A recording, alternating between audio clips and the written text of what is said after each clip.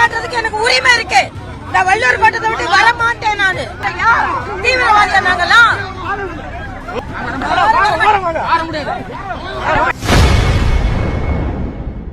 சென்னை அண்ணா பல்கலைக்கழக மாணவிக்கு நேர்ந்த கொடுமையை கண்டித்து வள்ளுவர் கோட்டத்தில் போராட்டம் நடத்திய பாஜக மூத்த தலைவர் தமிழிசை சவுந்தரராஜனுக்கும் போலீசாருக்கும் இடையே வாக்குவாதம் முற்றியதால் பரபரப்பு ஏற்பட்டது.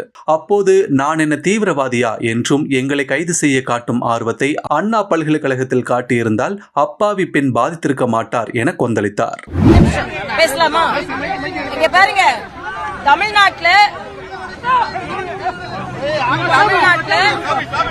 ஒரு பெண் பாதிக்கப்பட்டிருக்கிறார். ஒரு பெண் மட்டும் இல்ல, தொடர்ந்து பாலியல் குற்றங்கள் அதிகரித்து வருகிறது. அதுக்கு போராட வந்ததுக்கு இத்தனை பேர் கூப்பிட்டா நான் சொல்லிட்டு வருவேன்.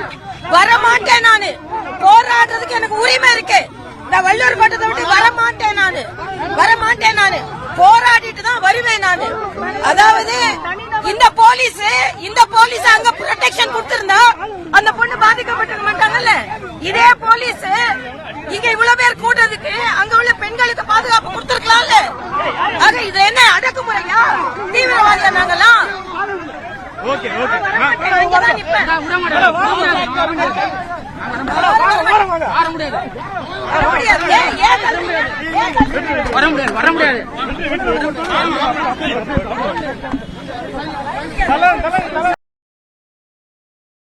செய்திகளை உள்ளது உள்ளபடி தெரிந்து கொள்ள ரெஃப்ளெக்ட் நியூஸை சப்ஸ்கிரைப் பண்ணுங்க.